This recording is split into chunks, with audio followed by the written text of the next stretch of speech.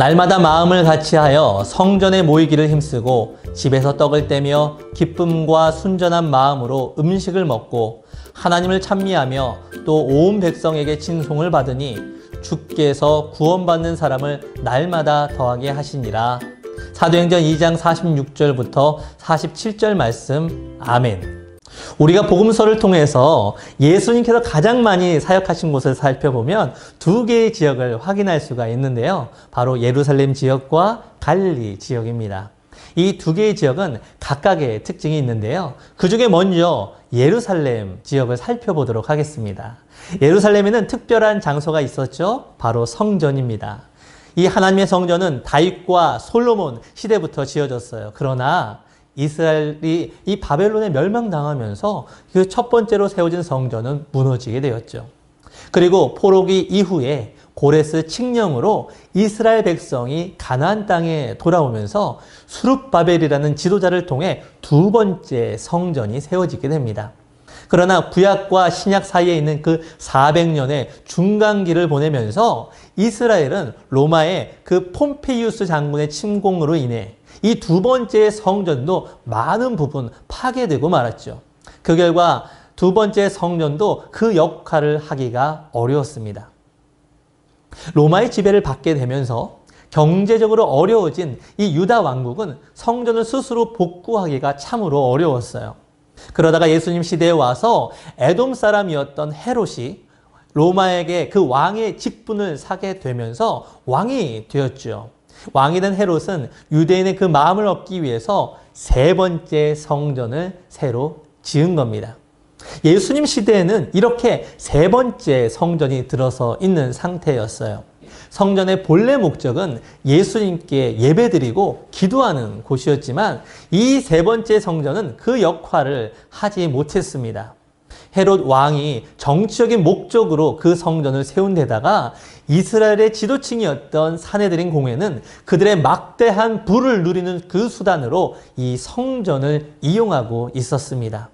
결국 이 성전은 하나님을 위한다는 껍데기만 있었을 뿐 그 의미가 퇴색된 지 오래된 곳이었어요. 그래서 예수님은 성전에 들어가 모든 것을 뒤엎으셨고 성전의 잘못된 행태를 지적하며 지도층을 향해 독설을 퍼붓기도 하셨죠.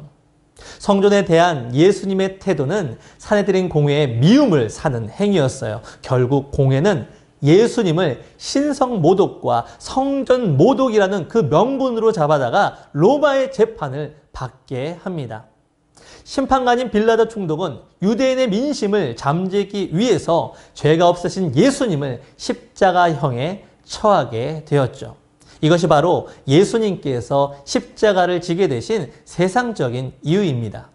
그러니 성전이 있는 예루살렘은 예수님과 제자들에게도 그리고 예수님을 따르는 수많은 사람들에게도 좋지 않은 기록으로 가득한 곳이었을 겁니다. 그에 반해 예수님의 좋은 기억이 가득한 곳도 있었어요. 바로 갈릴리 지역이죠.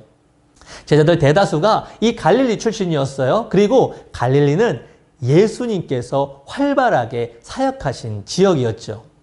갈릴리 곳곳에서 수많은 병자들이 치유되었고 귀신이 떠나가는 역사가 있었습니다. 무엇보다 이 갈릴리에 예수님의 말씀이 가장 많이 전해졌던 곳이었죠. 이처럼 갈릴리는요, 예수님과 제자들을 가장 많이 환대했던 지역입니다. 그래서 예루살렘에서 예수님이 십자가에 돌아가실 그 당시의 제자들은 대부분이 갈릴리로 도망치는 모습을 보여줍니다.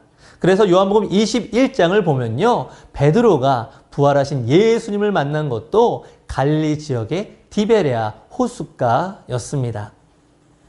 여러 가지 점에서 이 갈릴리는 예수님과 제자들에게 좋은 장소라는 것을 알 수가 있습니다. 자, 그렇다면요, 여러분의 생각에 그 예수님의 복음을 전해야 하는 우리 교회의 시작점으로 예루살렘과 갈릴리 어디가 더 적당하다고 생각하세요? 질문이 조금 어렵다면 이렇게 한번 바꿔볼게요. 교회를 개척한다. 내가 교회를 개척한다. 그러면 어디가 더 좋을까라는 것이죠. 예수님이 고난이 있는 예루살렘이 좋을까요? 아니면 예수님과 제자들에게 우호적인 갈릴리가 좋을까요? 당연히 우호적인 곳에서 교회를 세워야 많은 사람들이 교회에 오게 되겠죠. 또한 앞으로 교회에서 해야 될 수많은 선교 사역을 생각하면 갈릴리에서 교회를 시작하는 것이 당연해 보입니다. 그런데 사도행전 1장 8절의 말씀을 보면 주님께서 이렇게 말씀하세요. 그 시작을 예루살렘이라고요. 우리의 생각으로는 당연히 갈릴리에 세워져야 될 것 같은데 예수님께서는 오히려 갈릴리로 도망했던 제자들을 향해 예루살렘 성으로 돌아갈 것을 말씀하고 계십니다. 그리고 제자들에게 이전에 약속했던 대로 성령님을 기다릴 것을 명하셨던 것이죠. 그렇게 120명의 사람들이 예수님의 말씀에 순종했을 때 사도행전 2장의 내용처럼 성령님이 강력하게 임재하신 겁니다. 그리고 성령님을 경험한 베드로를 통해 예수님에 대한 복음의 말씀이 이 예루살렘 지역에 다시 선포되는 역사가 있었습니다. 그 결과 오늘 본문의 말씀과 같이 교회가 세워지고 성도들이 함께 거하게 되는 공동체의 역사가 시작된 것이에요. 이전까지 예루살렘은 어떤 곳이었을까요? 예루살렘은 여전히 부패한 성전이 있는 곳입니다. 타락한 지도층이 제자들을 잡고자 합니다. 무엇이 옳은지도 알지 못한 채 예수님을 십자가형에 처하라고 외쳤던 무지한 백성들이 있었던 곳이죠. 그러나 주님께서는 이 암울했던 예루살렘 지역에 교회를 세우시는 겁니다. 이를 통해 우리는 깨닫는 것이 있습니다. 주님께서 절대로 포기하지 않는 분이시라는 거예요. 비록 성전은 목적을 상실했고 온갖 부패가 난무하는 이 예루살렘 지역 가운데 교회를 새롭게 세우심으로 말미암아 여전히 이 예루살렘을 포기하지 않으시는 우리 주님의 마음을 볼 수가 있습니다. 그리고 무엇보다도 예수님을 죽게 만드는 일에 동조했던 그 예루살렘 사람들에게 교회를 세우심으로 말미암아 새로운 기회를 주시는 것이 바로 우리 주님의 뜻이라는 거예요. 제자들에게 임재하신 성령님을 통해서 예루살렘 사람들에게 말씀해 주셨고 그 회개할 수 있는 기회를 열어주신 것이죠. 이처럼 예루살렘은요, 주님께서 보내신 그 제자들을 통해 새로운 기회를 얻는 지역이 되었습니다. 교회의 시작이 되는 영광의 지역이 되는 것이죠. 이것이 바로 주님께서 교회를 세우시는 이유이자 목적인 줄로 믿습니다. 요즘 다시 코로나19가 활성화되고 있다는 소식이 있어 참으로 마음이 무겁습니다. 게다가 다시 활성화되는 그 원인으로 우리 교회가 지목되고 있다는 것이 더욱 제 마음을 답답하게 합니다. 세상의 많은 사람들이 교회의 부덕함을 비판하고 있고 자성해야 한다라는 목소리도 더욱 거세어지고 있는 소식을 우리는 계속 보게 되고 있죠. 그러나 이러한 상황 속에서도 주님은 우리를 포기하지 않으시리라 믿습니다. 오히려 하나님의 목적을 상실한 그 예루살렘 지역에 새로운 교회를 세우신 것처럼 이 시기를 통해서 우리 한국교회가 다시 새롭게 변화되어지는 하나님의 역사가 있을 줄로 믿습니다.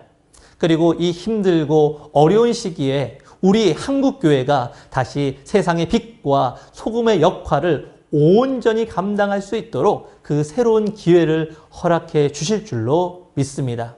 저는 이 변화의 중심 가운데 우리 시흥교회가 있기를 소망합니다. 우리 시흥교회가 이 코로나19의 고난 속에서도 하나님의 마음을 더 많이 깨닫게 되고 하나님의 뜻을 아름답게 실행하는 교회가 될 줄로 믿습니다. 그래서 이 힘들고 어려운 시기에 새로운 희망과 소망의 시작이 되는 우리 시흥교회 모두가 되기를 간절히 축원합니다. 기도하겠습니다. 하나님 아버지, 오늘도 이렇게 말씀을 주셔서 하루를 시작하게 하신 은혜에 감사합니다. 코로나19로 인해서 다시 비대면으로밖에 볼 수 없는 환경이 되었지만 이 고난의 시기 속에서도 하나님을 바라볼 수 있는 우리 모두가 되게 하여 주옵소서. 예수님을 십자가에 못 박았던 예루살렘에 교회를 세우시고 시작하신 것처럼 주님께서 이 고난의 상황 속에서도 우리 한국교회를 다시 새롭게 세워주시길 소망합니다.